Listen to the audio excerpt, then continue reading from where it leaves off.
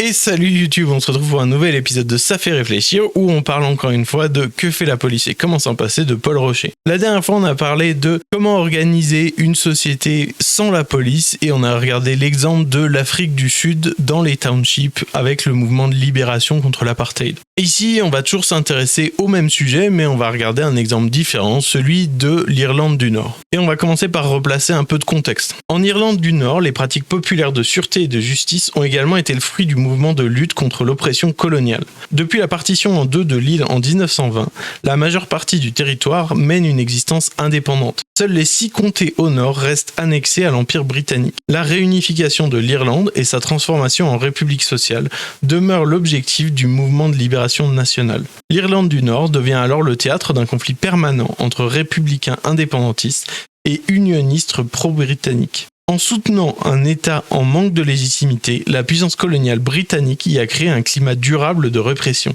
Dans cet environnement tendu, une attaque contre les quartiers catholiques commise en 1969 par des militants unionistes a été la goutte qui a fait déborder le vase. Estimant avoir subi pendant trop longtemps les violences coloniales, les habitants républicains de Derry, la deuxième ville d'Irlande du Nord, et de Belfast-Ouest fondent les comités de défense des citoyens. Ces groupes organisent l'autodéfense des quartiers et se confrontent à la police royale de l'Ulster, la police coloniale, lors de combats de rue. La force des comités de défense des citoyens et leur appui populaire étaient tels que la police a rapidement cessé d'intervenir dans un certain nombre de quartiers de Derry et Belfast-Ouest. L'État et ses représentants armés y étaient particulièrement haïs en raison de la mise en détention sans jugement de milliers de personnes et d'une justice communément appelée la bande transporteuse. Les forces de l'ordre avaient en effet pris l'habitude de soumettre des personnes arrêtées à un interrogatoire ressemblant à s'y méprendre à de la torture. Les confessions ainsi obtenues étaient ensuite présentées à un juge qui condamnait quasi systématiquement. La machine était bien huilée. En parallèle, la contestation dans la rue était férocement réprimée à coups de balles en plastique, les ancêtres des balles de LBD 40 françaises. Présentés comme non létaux, ces projectiles ont causé de nombreux morts et une centaine de blessés graves et mutilés. Comme le résume le sociologue Frank Burton, l'expérience collective de la répression directe ainsi que l'expérience des conséquences sociales de la suspension de la procédure juridique régulière ont gravement porté atteinte à la légitimité de la loi dans les quartiers catholiques. On retrouve ici pas mal d'éléments, déjà un contexte colonial qui va créer une hostilité à l'État et en particulier à la police et à la justice. Et de là va naître une volonté de faire justice et faire police différemment sans recourir à l'État. Très vite, ici aussi, une fois que les habitants ont chassé la police, ils vont se préoccuper de mettre en place une gestion de l'ordre qui est différente et dont l'approche sera évidemment pas la même. Il y a un enjeu de bien-être social et de justice qui va être très prégnant dès le début. La gestion des affaires, elle est séparée selon la gravité, c'est-à-dire que celles qui sont considérées comme mineures sont gérées par des tribunaux du peuple et les cas plus graves sont pris en charge par l'IRA, qui est l'armée républicaine irlandaise, une force armée indépendantiste. Les juges des tribunaux du peuple, c'est des gens qui sont élus à l'échelon local. Ces tribunaux, ça va jamais être le premier cours. On va toujours favoriser des avertissements et des tentations de résoudre les problèmes à l'amiable. La conception de la justice qui est déployée par ces tribunaux du peuple, elle est avant tout d'éviter toute forme de justice punitive, de favoriser la réparation et la réconciliation. Et notamment, ils envisageaient en particulier les services de travaux d'intérêt généraux. Ces tribunaux du peuple, ils vont petit à petit disparaître et se voir remplacés par des instances de l'IRA. On va parler juste après de pourquoi et comment. Et puis en 1975, le gouvernement britannique, lui, il va jusqu'à remettre la gestion de l'ordre dans les mains de l'IRA. Autrement dit, il va estimer que de toute façon, ils sont déjà en train de gérer les choses, donc autant officialiser et se débarrasser de toute responsabilité. Face à l'approbation populaire d'une telle décision, ça va simplement rendre explicite ce qui était déjà le rôle implicite de l'IRA dans la gestion de l'ordre à l'époque. La place grandissante de l'IRA dans les tribunaux n'a toutefois pas manqué de produire des contradictions et des interrogations propres. L'une des principales était la suivante. En matière d'impartialité, est-il préférable d'être jugé par ses voisins ? Ceux-ci sont peut-être animés par un véritable sentiment de justice et jouissent d'une certaine connaissance des personnes impliquées et des circonstances, mais ils peuvent également avoir noué des liens avec les protagonistes susceptibles d'altérer leur capacité de jugement. Les membres de l'IRA apparaissent alors comme plus impartiaux. Ce furent donc ces volontaires qui endossèrent de plus en plus la fonction de juge, mais leur présence dans les tribunaux publics les exposait aussi à la dénonciation aux autorités britanniques. Le problème concernait aussi les personnes sans affiliation avec l'IRA qui subirent régulièrement le harcèlement de la puissance coloniale, au point de refuser de siéger dans dans les tribunaux. La réorganisation de l'IRA en 1977 visait précisément à réduire cette exposition, mais par extension, elle contribuait aussi à l'échec des tribunaux. Après cet échec, l'IRA assura directement et souvent simultanément la sûreté et la justice, un service toujours réclamé par la population dont la méfiance vis-à-vis des institutions policières et judiciaires sous contrôle britannique n'avait pas décru et qui refusait globalement de signaler à la police des actes considérés comme criminels. Concrètement, le pouvoir colonial britannique, lui, ce qu'il va faire, c'est harceler les personnes qui participent à cette forme de justice alternative. C'est ce harcèlement qui va pousser à ce que petit à petit, les tribunaux du peuple y disparaissent au profit d'une gestion de l'ordre complètement gérée par l'IRA. Simplement parce que ce harcèlement, il va faire que les gens qui ne sont pas déjà partisans de l'IRA prendront pas trop le risque de vouloir prendre ces fonctions-là. En revanche, ce qu'il faut dire, c'est que la prise en main de cette gestion de l'ordre, ça n'a jamais fait complètement l'unanimité au sein de l'IRA. Pour partie, ils estiment que la libération nationale, ça requiert un certain niveau d'ordre. Mais interagir par la force contre la population, ça peut aussi porter un coup à la légitimité de cette lutte perçue par la population. Cette critique pose la question fondamentale de la portée réelle des pratiques populaires de l'ordre sans transformation de l'ordre social général. Seul, le processus qui rend la police obsolète connaît des limites. Nous y reviendrons. Ajoutons simplement qu'en acceptant tacitement que l'IRA assume un rôle grandissant dans la gestion de la sûreté et de la justice en Irlande du Nord, les autorités britanniques misaient sur son épuisement. Elles n'avaient nullement l'intention de se retirer du nord de l'île. Leur stratégie consistait plutôt à reculer d'un pas pour mieux sauter. Une fois l'IRA suffisamment épuisée par les sollicitations diverses et multiples et potentiellement décrédibilisée, le moment viendrait de lui porter un coup fatal. L'idée qu'avait le gouvernement britannique, c'est que en donnant à l'IRA le travail de maintien de l'ordre et de justice, d'une part, ça allait user les forces et l'énergie des militants de l'IRA, et d'autre part, ça allait aussi travailler à les décrédibiliser auprès de la population. Alors on a parlé des tribunaux du peuple qui ont été une expérience de très courte durée, mais la gestion de l'ordre par l'IRA, elle a été vachement plus durable. Il n'y a pas eu de police dans les quartiers républicains pendant plus de 10 ans. Ce qu'il faut avoir en tête, c'est que le contexte de lutte pour la libération nationale, ça crée un terrain propice aux actes antisociaux et ça met en danger la cohésion sociale. Le mouvement de libération, alors il a besoin du soutien et d'une bonne relation avec la population, à la fois pour faire valoir sa légitimité, mais aussi pour s'assurer que ça part pas dans tous les sens dans la société. Cependant, le fait que ce mouvement-là, il ait des moyens limités, ça les conduit à régler beaucoup de différends par la force et la violence. On rappelle que c'est quand même une armée. Au détour d'une déclaration en 1979, la branche de Belfast a mis les pieds dans le plat, précisant que sa prise en charge des actes considérés comme criminels était nécessaire mais temporaire. Elle reconnaissait le caractère imparfait ainsi que les erreurs commises et appelait la population à lui suggérer des méthodes plus équilibrées d'adjudication comme, par exemple, une version renouvelée des tribunaux du peuple. Par ce biais, l'IRA tentait de rétablir une frontière claire entre son combat pour la libération nationale et sociale d'un côté et son implication dans la gestion de l'ordre au sein de la population de l'autre. Fondamentalement, elle voulait diminuer son activité répressive envers la population et rouvrir la réflexion autour d'une justice sensible au contexte social des actes déviants. Plutôt que de subir des actions punitives, les personnes impliquées dans des activités répréhensibles devaient bénéficier de l'opportunité de cesser leurs activités tout en faisant face à leurs conséquences. Fermez les guillemets. Cette conception consistait à reconnaître que des actes estimés criminels ne peuvent naître que dans une configuration sociale précise. Aussi, dans le périmètre de ses capacités, la communauté devait agir sur ce levier en offrant l'opportunité aux individus de cesser leurs agissements tout en favorisant la réparation des dégâts occasionnés. À ce moment-là, ce qu'il propose, c'est évidemment de s'éloigner de cette justice punitive et de favoriser une justice réparatrice et ou transformative. Mais l'IRA met aussi en avant le fait qu'elle n'a pas des moyens sans fin et donc il y a un enjeu de créer une infrastructure sociale pour à la fois construire ces institutions, mais aussi pour partager la charge du travail. Issu d'un travail collectif mené par des chercheurs et la population, ce programme se caractérise par 8 principes qui ont été rassemblés dans un livre bleu. Selon ce dernier, l'implication et le soutien de la communauté doivent assurer la légitimité et l'effectivité du programme. Ainsi, la volonté de dépasser la séparation entre les professionnels de l'ordre et de la justice d'un côté et la population de l'autre est maintenue. Deuxièmement, les porteurs du programme refusent d'exercer la violence à l'encontre de personnes soupçonnées de comportement antisocial.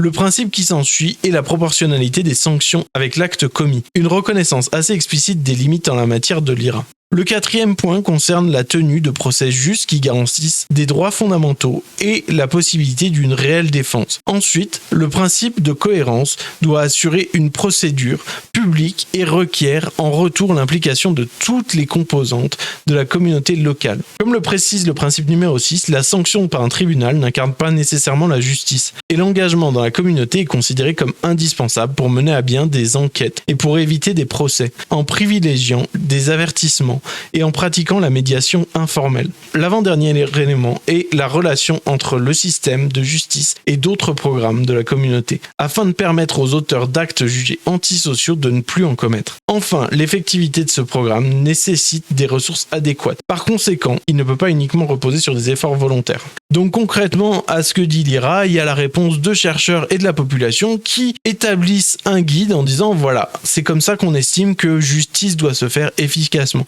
Elle doit être réparatrice, elle doit être transformative, mais aussi est mis en avant le fait que la justice, elle a besoin d'infrastructures, d'accord, mais pour ça, elle a besoin de ressources. Et donc, il renvoie un peu la balle du côté de l'IRA en disant d'accord, mais il va falloir mettre des moyens sur la table pour permettre d'organiser cette justice. On va théoriser du coup une organisation qui repose sur plusieurs instances. La première de ces instances, ça va être la liaison avec la communauté, qui est en charge évidemment du contact avec la population. Un forum de la communauté, lui, il va être en charge de réfléchir aux solutions et aux sanctions qu'on apporte aux problèmes des comportements antisociaux. À noter que la sanction la plus sévère, c'est l'exclusion de la communauté, qui s'applique à une personne ayant sérieusement violé les normes de comportement tolérables et refusant toutes sortes de réparations à l'égard de la victime ou de la communauté locale dans son ensemble. À côté de ça, on va avoir une autre instance qui sera un service de médiation, dont le rôle sera de faire de la médiation pour permettre d'éviter d'en venir à des enjeux de justice plus larges, quand les choses peuvent être réglées à l'amiable. Au-dessus de ces trois instances, il y aura le comité de sécurité de la communauté qui gère les aspects administratifs et financiers. Il est aussi en charge de fournir les juges pour les audiences du forum et d'encadrer la liaison et la médiation avec la communauté. Et tout ça, ce sera sous le contrôle d'un comité de gestion de zone qui, lui, doit être représentatif socialement du quartier. Alors toutes ces recommandations formulées dans le livre bleu, elles vont pas toutes être mises en place pour autant. On envisageait notamment des boycotts communautaires qui étaient de priver d'accès à certains services des membres de la communauté qui avaient des comportements antisociaux.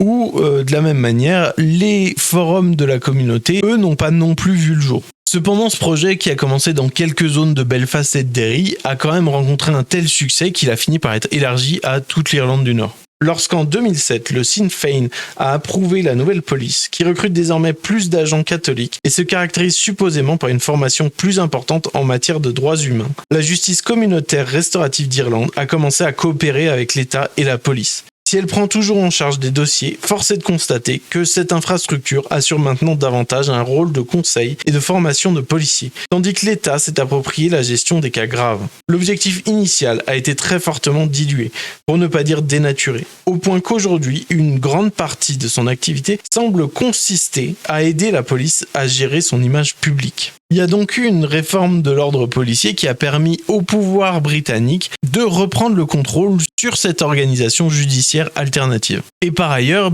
toutes les ambitions de justice transformative, justice réparatrice, ça a été complètement abandonné au profit d'un retour à la justice punitive. Ce réformisme, il a donc permis de remplacer une critique radicale des institutions policières et judiciaires en un renouvellement de la confiance qui lui était accordée. Et ce nouvel état de fait, il a fait que de nouveau, les idées de remise en cause du système policier et judiciaire ont recommencé à prendre place en Irlande du Nord. On retrouve ici à nouveau l'idée que développait Paul Rocher que le réformisme, c'est un danger pour les mouvements qui veulent une transformation profonde de la société, tant vis-à-vis de l'ordre policier que de l'ordre judiciaire. Suite à ça, il nous propose de s'intéresser aux marqueurs d'un ordre sans police, pour essayer de voir ce qu'on peut tirer de ces deux expériences et en déduire. Quelles que soient les insuffisances et difficultés réelles dans ces cas sud-africains et nord-irlandais, la leçon fondamentale est que leur existence même démontre la possibilité de gérer les conflits sans police. Dans les deux cas, la contestation de la police a conduit la population à chercher des approches différentes. Dès lors que la communauté locale décide de court-circuiter activement l'État, ces approches deviennent une réalité et l'État est de plus en plus perçu comme un agent du désordre. C'est la démonstration en acte de la disparition du mythe policier. Le lien étroit entre la contestation, la gestion populaire de la sûreté et la justice restaurative indique également que les mouvements sociaux au sens large sont vecteurs de changements institutionnels profonds. Si les questionnements sur l'ordre et la justice sont des indices de la profondeur de l'ambition de transformation, leur viabilité dépend de l'existence des mouvements. Sans mobilisation, ils courent le risque de disparaître ou de se voir intégrés à l'État. Un premier marqueur de l'ordre sans police est donc l'objectif sans cesse renouvelé d'œuvrer pour la transformation sociale. Et une fois que c'est en place, il faut en plus de ça avoir continuellement l'effort de défendre ce système pour s'assurer qu'il ne soit pas ni abandonné ni réapproprié par l'État, qui va évidemment y voir une perte de pouvoir et une perte d'assise de son pouvoir. Donc, qui va lutter contre ces institutions et ces organisations alternatives. Par ailleurs, ce que ça nous apprend, c'est qu'il y a des formes d'organisation qu'il faut absolument éviter. L'idée qu'on retrouve à nouveau, c'est garantir que l'institution en charge de la coercition et de la justice ne se distingue pas de la société, qu'elle fasse partie intrinsèque de la communauté. La justice et la police doivent être communautaires. Et notamment, on retrouve pas mal de techniques vis-à-vis de ça. L'enjeu de faire une rotation régulière des fonctions, l'élection, le lien organique avec la communauté locale et l'équilibre de genre. Puisque même s'il y a un lien avec la communauté locale, il faut aussi s'assurer une certaine forme de représentativité des besoins et des enjeux que rencontre la population dans son ensemble et dans sa diversité. Un deuxième marqueur est par conséquent l'institutionnalisation de la gestion de l'ordre en tant qu'émanation organique de la société, en particulier à l'échelle locale. Cette vision du local permet de jeter une nouvelle lumière sur le bien fondé d'une police de proximité. Si ce débat ressurgit avec régularité impressionnante, souvent à la suite de violences policières filmées, c'est précisément parce que l'échelon local, ce réseau dense de liens sociaux et de connaissances interpersonnelles encadrant un espace circoncis, est une source de pouvoir extraordinaire. Comme l'écrit le sociologue Nicolas Rose, la communauté n'est pas simplement un territoire au sein duquel le crime doit être contrôlé, elle est un moyen de contrôle. Au fond, la police de proximité consiste en une appropriation policière des connaissances et liens qui organisent la vie quotidienne à l'échelon local. Cette appropriation conduit à la désorganisation des relations de confiance sur lesquelles ces mêmes connaissances et liens sont construits.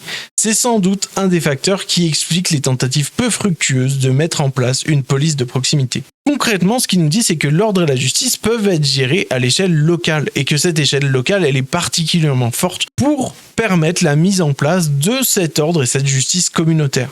Mais aussi que l'idée de la police de proximité, c'est jamais qu'une manière de mettre la main sur la force du local et de déposséder la communauté de ses liens sociaux qui lui permettent de créer une harmonie dans son fonctionnement. Notamment pour aller plus loin sur le sujet de la police de proximité, il y a des études aux États-Unis qui ont montré que celle-ci a tendance à présenter les opinions de la classe dominante, locale, mais dominante tout de même, comme celle de la communauté dans son ensemble. C'est-à-dire que la police de proximité, elle va chercher à prendre l'avis des notables du coin pour savoir ce que pense la population, comme si ces notables représentaient la vie globale. Et un dernier point, quand on parle de dépossession des liens sociaux de la communauté, c'est notamment cette idée de dire que la présence de la police de proximité va pousser à ce que tout problème soit considéré comme un problème à traiter par la police. Pour faire simple, vous imaginez que vous êtes chez vous le soir, vous avez envie de faire la fête avec des amis, vous écoutez de la musique fort.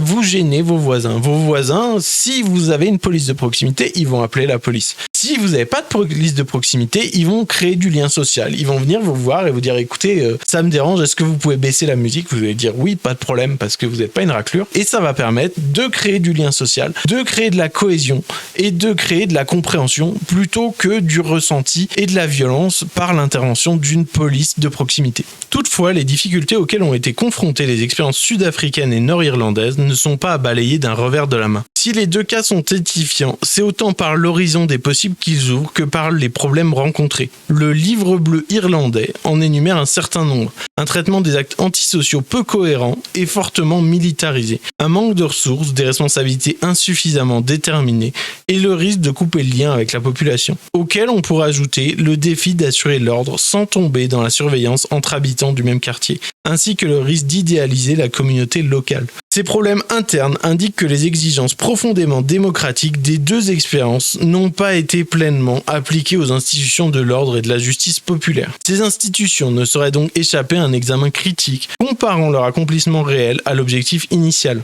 Mais il serait erroné d'attribuer les échecs de l'ordre communautaire exclusivement à ses insuffisances, en ignorant d'une part le contexte social et d'autre part la réaction étatique à l'autonomie politique qu'il représente. Une difficulté majeure dans le cas irlandais était effectivement la répression par la police royale.